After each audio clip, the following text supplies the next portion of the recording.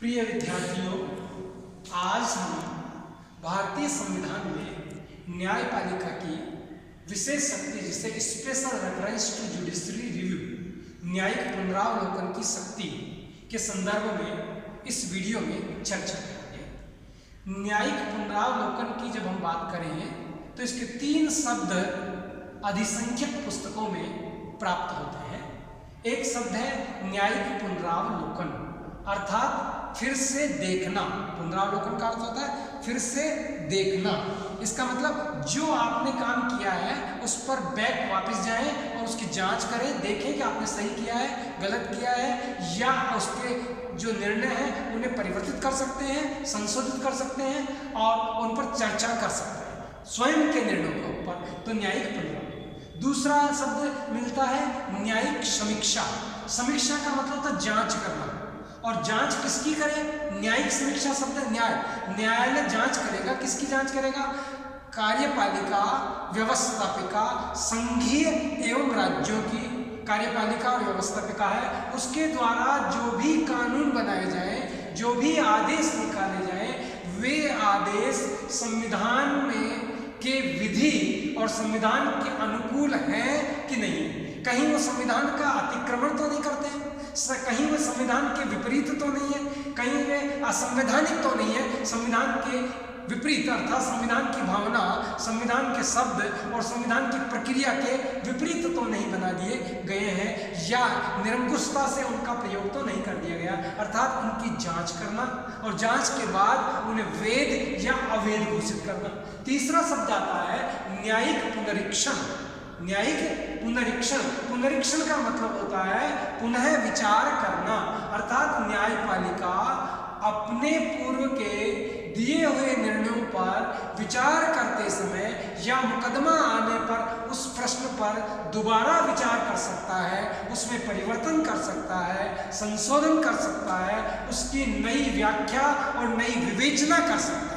अर्थात इसीलिए तो हमारे यहाँ संविधान में न्यायिक निर्णयों को अगर हम देखें तो एक निर्णय में तो सर्वोच्च न्यायालय कहता है, गोरखनाथ बनाम मुकदमे में तो कि सर्वोच्च न्यायालय निर्णय देता है कि नागरिकों के मौलिक अधिकारों में परिवर्तन करने वाला कोई संविधान संशोधन स्वीकार नहीं है, वह संविधान के विपरीत है, असंवैधानिक है। और दूसरी ओर वही दोबारा मुकदमा जब आता है दूसरे प्रकार का, उस निर्णय में मुकदमे में वो कह देता है कि संविधान में सभी प्रकार का संशोधन करने की जो प्रक्रिया है, संविधान में संशोधन का जो 378 जो प्रावधान है, अनुच्छेद है, उसके तहत संविधान में संसद परिवर्तन कर सकती है, परंतु नागरिकों के मौलिक अधिकारों में न्यूनतम मात्रा में परिवर्तन किया जा सकता है, परंतु संविधान के मौलिक ढांचे को समाप्त नहीं किया जा सकता। इसका मतलब न्यायपालिका ने पहले निर्णय क्या दिया, बाद में निर्णय क्या दिया, इसका मतलब न्यायपालिका अपने निर्णयों को परिवर्तित कर सकती है,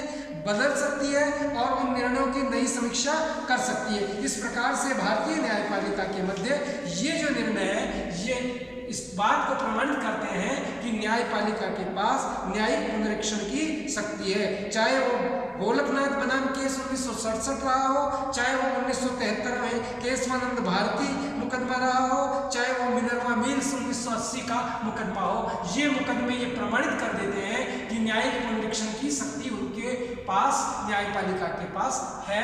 न्यायालय अपने निर्णयों को परिवर्तित कर सकती है, बदल सकती है। अब न्यायिक पुनरावलोकन का वास्तविक अर्थ क्षेत्र की अगर हम बात करें तो इसके अर्थ और क्षेत्र में बात करें तो संक्षेप में हम इतना सा कह सकते हैं कि जो भी संघीय और राज्य की कार्यपालिका और व्यवस्थापिकाओं द्वारा जो कानून बनाए जाते हैं, वे कानून संविधान के अनुरूप है तो वैध है, और संविधान के अनुरूप नहीं है तो उन्हें न्यायपालिका अवैध घोषित कर सकती है। तो ये वैध और अवैध घोषित करने की जो शक्ति है, वैध और अवैध घोषित करना है, इस शक्ति का नाम न्यायिक पुनरावलोकन के रूप में प्रयुक्त किया जाता है। इसे न्यायिक पुनरावलोकन अर्थ के रूप में स्पष्ट किया गया है।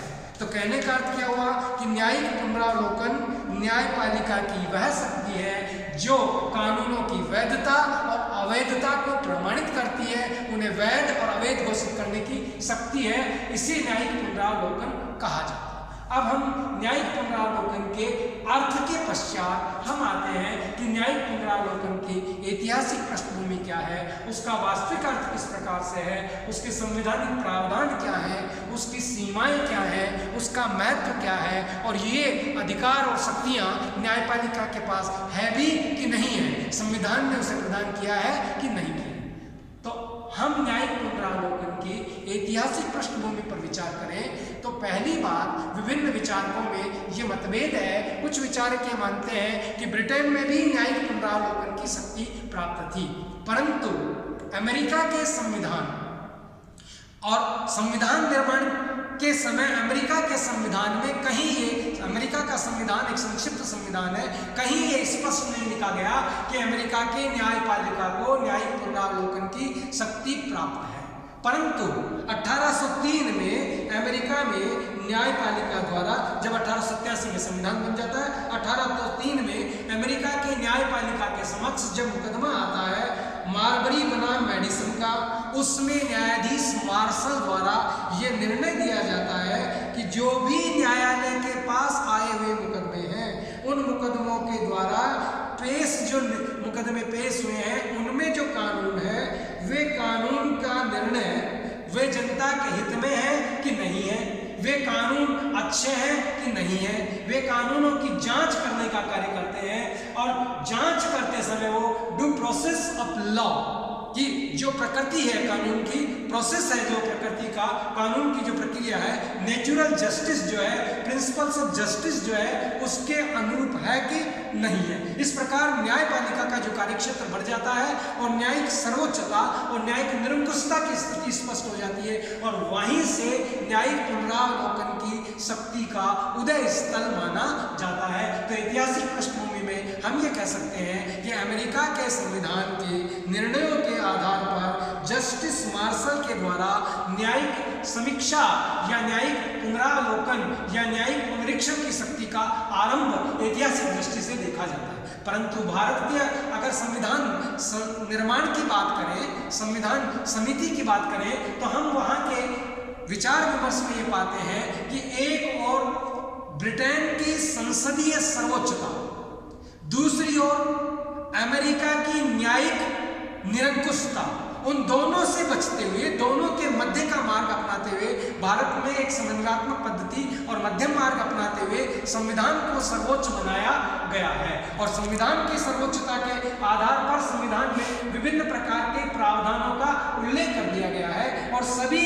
जो अंग हैं उनकी सीमाएं निर्धारित कर दी गई है। कार्यपालिका जैसे कानूनों को क्रियान्वित करती है, व्यवस्थापिका जो विधि निर्माण का कार्य करती है, न्यायपालिका न्यायिक निर्णयों का कार्य करती है। इस प्रकार सभी अंग संविधान से अपनी शक्ति प्राप्त करते हैं, चाहे कार्यपालिका हो, व्यवस्थापिका हो या न्यायपालिका हो। तो तीनों अंग संविधान से अपनी शक्ति प्राप्त करते हैं, इसलिए संविधान उन्हें शक्ति देता है, इसलिए संविधान सर्वोच्च है, संविधान ही महत्वपूर्ण है। कहीं उसका अतिक्रमण ना हो, कहीं संविधान नष्ट ना हो जाए, कहीं संविधान की समाप्ति की स्थिति न उत्पन्न हो जाए, इसलिए संविधान की रक्षा का दायित्व जो है वो सर्वोच्च न्यायालय और उच्च न्यायालय को प्रदान किया गया है। तो एक प्रकार से न्यायिक पुनरावलोकन की शक्ति भारत के सर्वोच्च न्यायालय को, जिसे उच्चतम न्यायालय कहा जाता है, और दूसरे उच्च न्यायालय, दोनों न्यायालयों को प्राप्त है, दोनों न्यायालयों को दी गई है। परंतु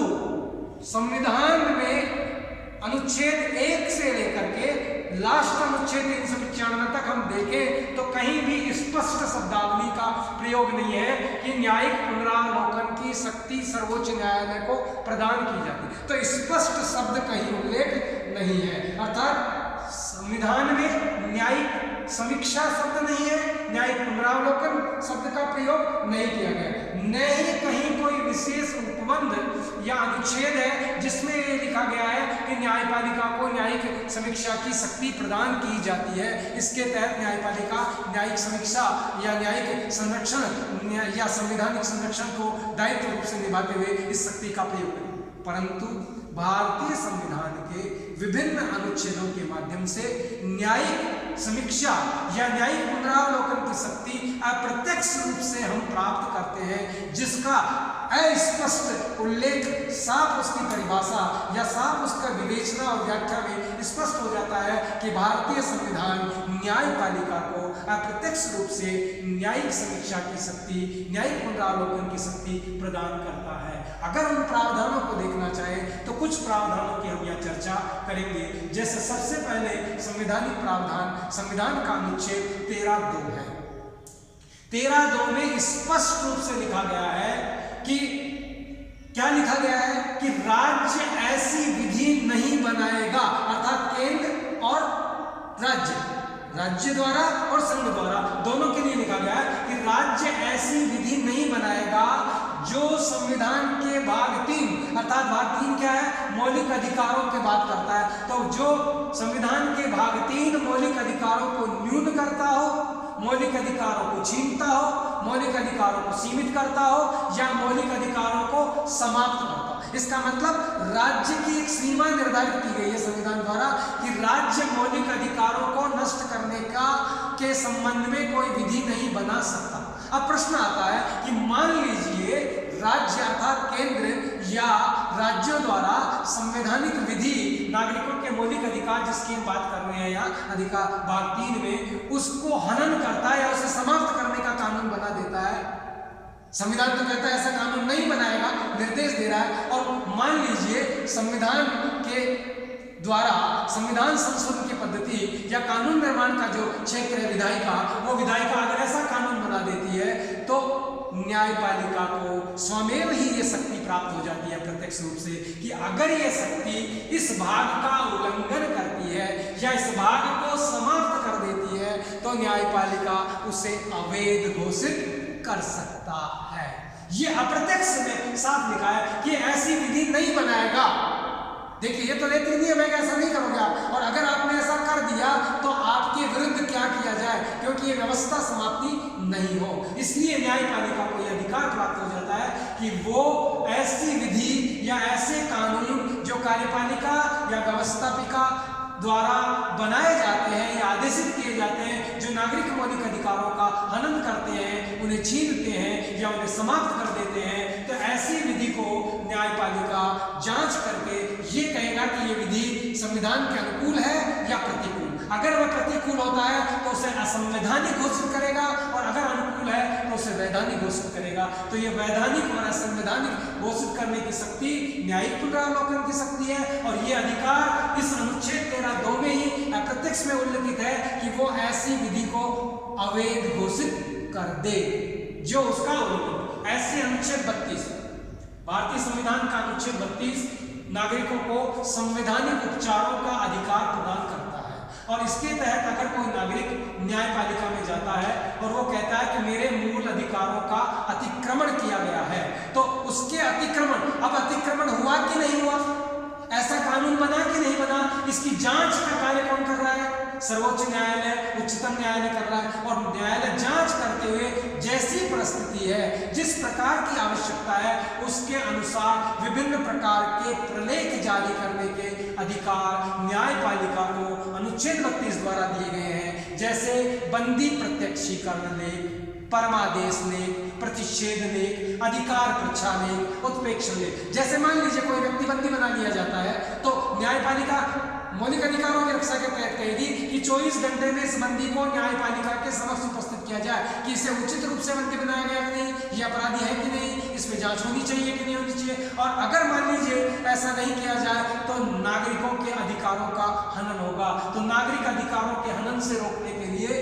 संवैधानिक व्यवस्था, संवैधानिक उपचारों के अधिकार के आधार पर न्यायपालिका न्यायिक पुनरावलोकन की शक्ति का प्रयोग करती है। अर्थात भारत के संविधान का अनुच्छेद 32 13(2) न्यायपालिका को न्यायिक पुनरावलोकन की अप्रत्यक्ष में शक्ति प्रदान करता है। इसी प्रकार अनुच्छेद 131 और 132 भी यही बात करता है। वो कहता है कि केंद्र और राज्य, भारत में संघात्मक शासन व्यवस्था अपनाई गई है और संघात्मक शासन व्यवस्था में होता है केंद्र और राज्य। ये बात अलग है कि एक ही संविधान है। अमेरिका की तरह दो प्रकार का संविधान नहीं है, राज्यों का संविधान अलग और संघ का संविधान अलग। भारत में एक ही संविधान है और उस संविधान में भी शक्तियों का बंटवारा किया गया है और भारत को राज्यों का संघ कहा गया है। और राज्यों का संघ होने के नाते राज्य की शक्तियां और संघ की शक्तियों का विभाजन किया गया है। संघ सूची, राज्य सूची, समृद्धि सूची के माध्यम से इन केंद्र और राज्य के अधिकारों का विभाजन किया गया है। अब मान लीजिए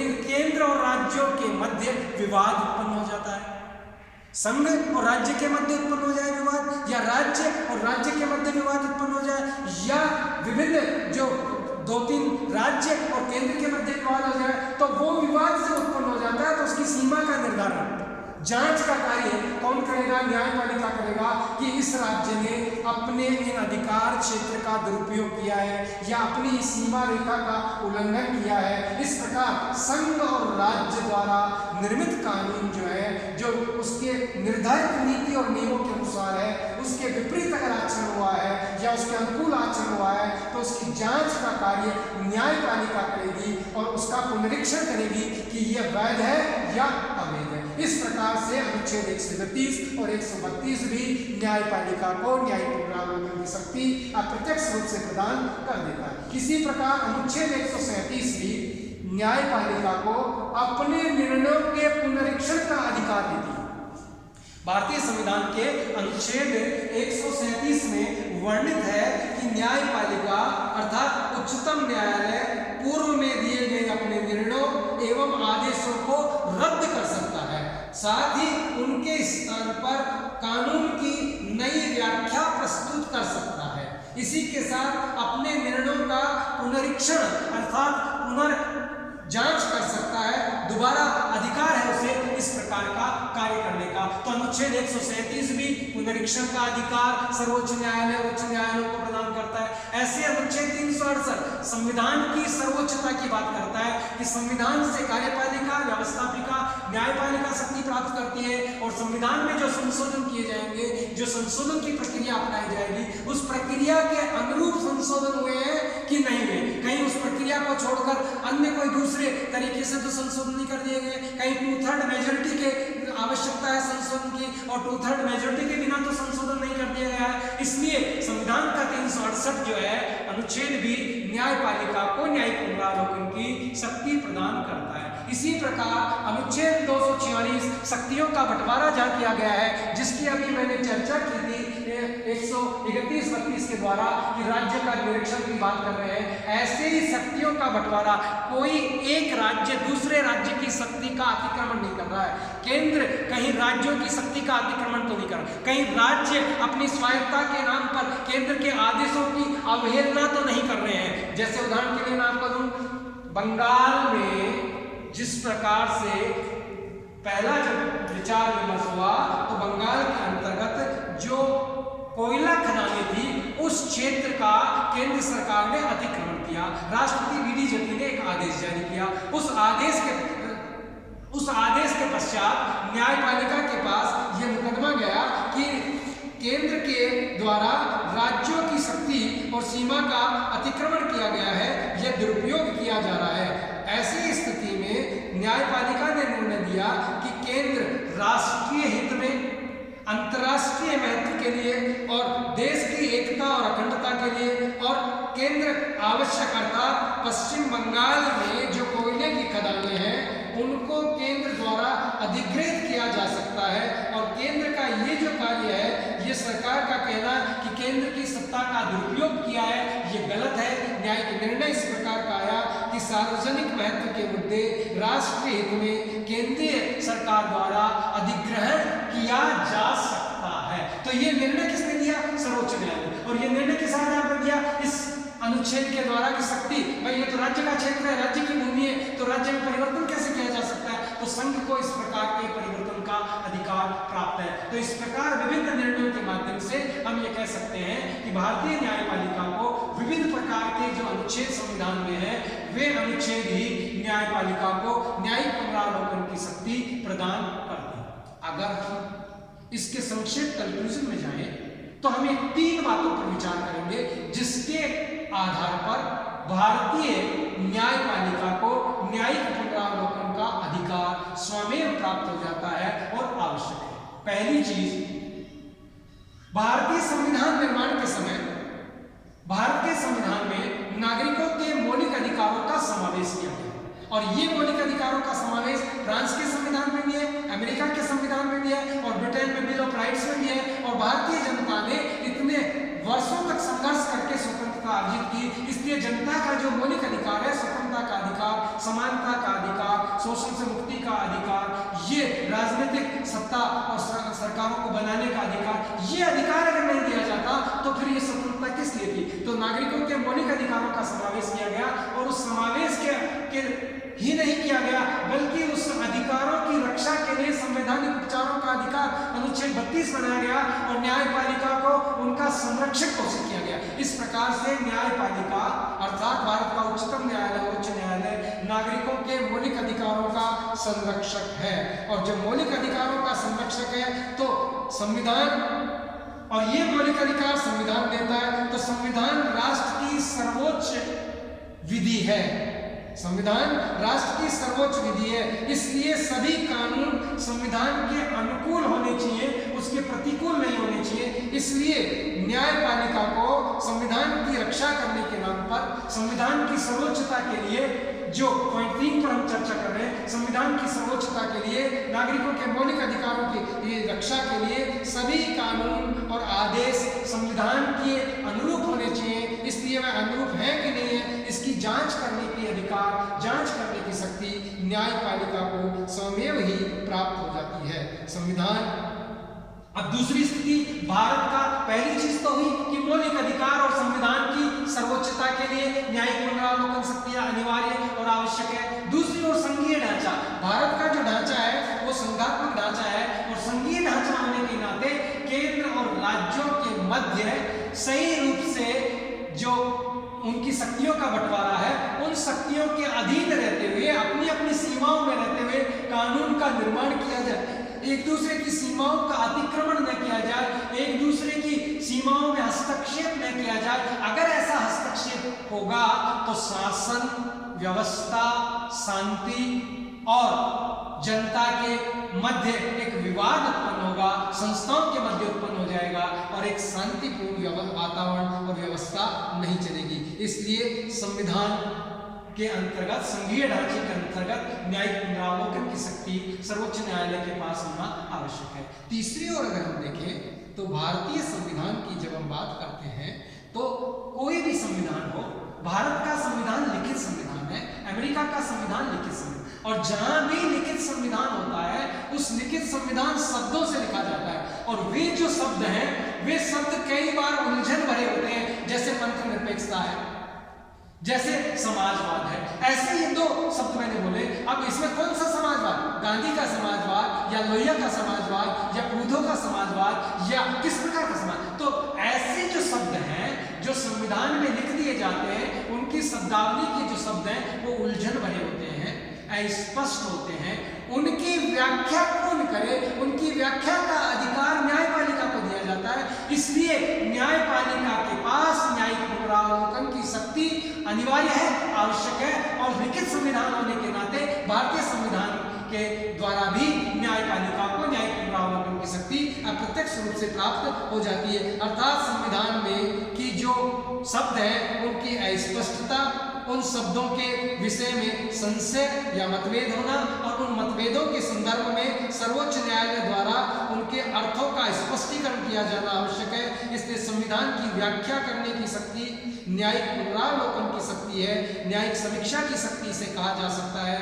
और न्यायिक पुनरीक्षण, न्यायिक पुनरावलोकन भारतीय संविधान में जो है अप्रत्यक्ष रूप से सर्वोच्च न्यायालय को प्राप्त प्रदान किया गया है। यहाँ अगर हम देखना चाहें तो ये है क्या, अगर इसकी हम बात करें तो वापस पुनः उस अर्थ पर चले जाते हैं कि विधानमंडलों द्वारा जो भी पारित कानून है या कार्यपालिका द्वारा जारी जो भी आदेश है, उन आदेशों की न्यायपालिका ये जांच करता है कि ये आदेश संविधान के अनुकूल है अथवा नहीं। अगर अनुकूल है, अमुक आदेश अनुकूल है, तो उन आदेशों को वैध घोषित करता है, या जो धाराएं हैं जिस सीमा तक है वह उसका उल्लंघन करती है तो उसे अवैध घोषित करता है। तो वैध और अवैध घोषित करने की जो शक्ति है ये न्यायिक पुनरावलोकन है, यही न्यायिक पुनरीक्षण है और यही न्यायिक समीक्षा का अर्थ है। केंद्र तथा राज्य सरकारों द्वारा जो भी कृत्य किए जाते हैं वो संविधान के अनुरूप किए जाएं, संविधान के विपरीत न किए जाएं, इसकी जांच और सख्ती का कार्य संविधान द्वारा किया जाता है और इसे ही जो है न्यायिक पुनरावलोकन की शक्ति कहा जाता है। अब हम आते हैं, ये जो न्यायिक पुनरावलोकन की शक्ति संविधान द्वारा प्राप्त है, ये जो इसका अर्थ निकल के आ रहा है कि न्यायपालिका एक शब्द में अगर कहे तो जो भी कानून है वो वैधानिक है या नहीं है, ये घोषित करने का जो अधिकार है, ये न्यायिक पुनरावलोकन की शक्ति है। अगर हम इसकी सीमाओं की चर्चा करें तो भारतीय संविधान, हमने अभी कहा था कि संविधान सर्वोच्च है, संवैधानिक सर्वोच्चता भारत में दिखाई दे रही है, न कि ब्रिटेन की तरह संसद की सर्वोच्चता है। भारत में संविधान की सर्वोच्चता है, तो संविधान की सर्वोच्चता अर्थात संविधान से सभी अंग शक्ति प्राप्त करते हैं, तो संविधान की रक्षा, संविधान की व्यवस्था का दायित्व सर्वोच्च न्यायालय का है और हर अंग की सीमाएं हैं, चाहे कार्यपालिका हो, चाहे व्यवस्थापिका हो, चाहे न्यायपालिका के भी इस अधिकार क्षेत्र की सीमाएं हैं, क्योंकि एक और हर अंग की सीमाएं जब निर्धारित कर दी गई है तो भारत में न्यायपालिका निर्णय देते समय इस शक्ति का प्रयोग कब करेगा। अमेरिका का न्यायपालिका जो है due process of law, natural principles of justice, ये अमेरिका के संविधान की प्रक्रिया का आधार बिंदु है। अर्थात वो कोई कानून सही है कि नहीं है, उचित है कि नहीं है, प्राकृतिक है कि नहीं है, नागरिकों हित करता है कि नहीं है, इस सभी आधारों पर वो उस कानून की समीक्षा करता है। परंतु भारत में क्या लिखा है, भारत की न्यायपालिका में साफ लिखा है प्रोसीजरल एस्टेब्लिश्ड बाय लॉ, अर्थात कानून द्वारा स्थापित प्रक्रिया, जो जापान की भाषा है, अमेरिका की भाषा नहीं है, जापानी भाषा है, इस भाषा में साफ कहा गया कानून द्वारा स्थापित, अर्थात जो संविधान में कानून बनाने की प्रक्रिया निर्धारित कर दी गई है, उस प्रक्रिया के अनुसार कानून बनाया गया है कि नहीं बनाया गया। जहां संविधान स्पष्ट है वहां जरूर न्यायपालिका के पास यह अधिकार आ जाता है कि अमुक अधिकार का प्रयोग न्यायपालिका, जैसे लिखा गया है कि नागरिकों के मौलिक अधिकार जो है शांतिपूर्ण विचार विमर्श करेगा, शांतिपूर्ण धरना देगा, परंतु अगर शांति के विपरीत अगर शस्त्र लेकर कोई धरना करता है तो उस पर उचित प्रतिबंध लगाए जा सकते हैं। तो उचित और अनुचित इन प्रतिबंधों की जांच का कार्य न्यायपालिका का कार्य कि ये प्रतिबंध उचित है कि अनुचित है। अगर कानून का जो अधिकार है उस पर उचित प्रतिबंध लगाया गया है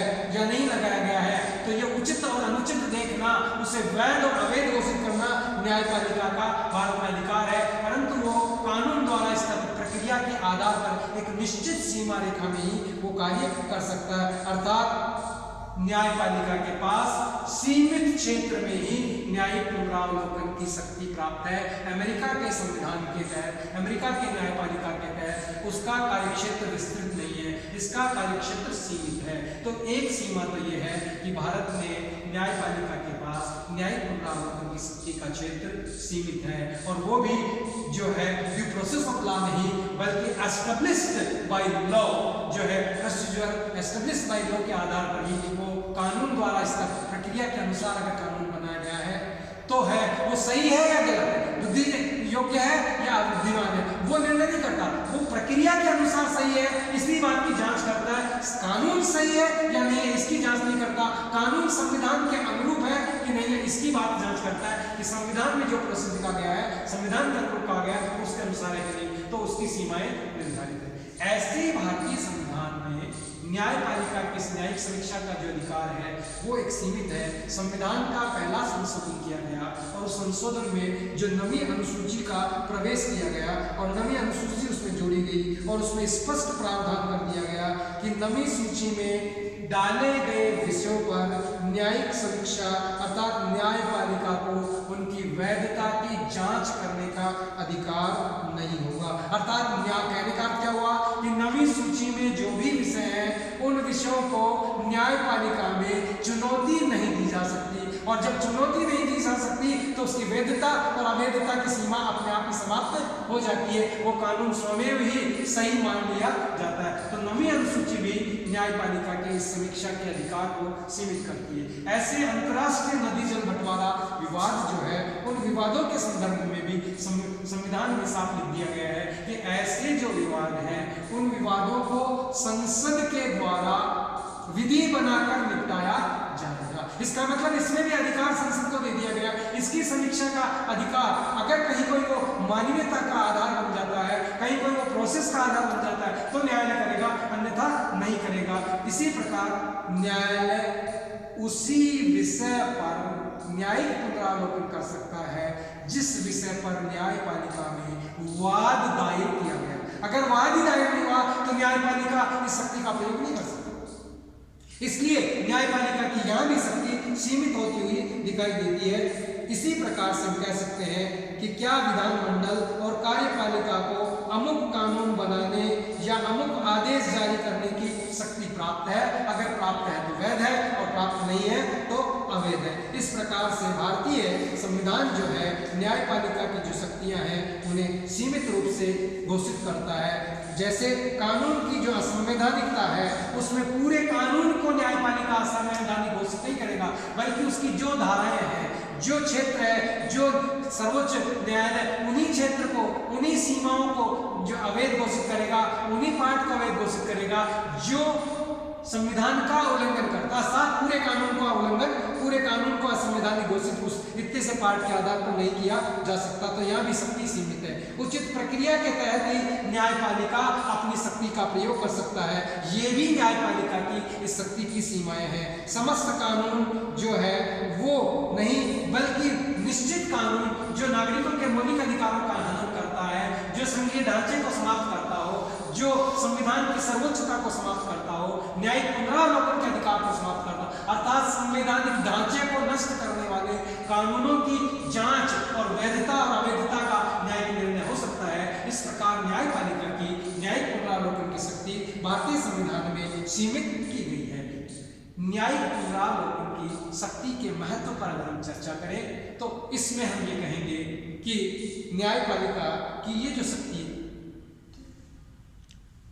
32 मिनट न्याय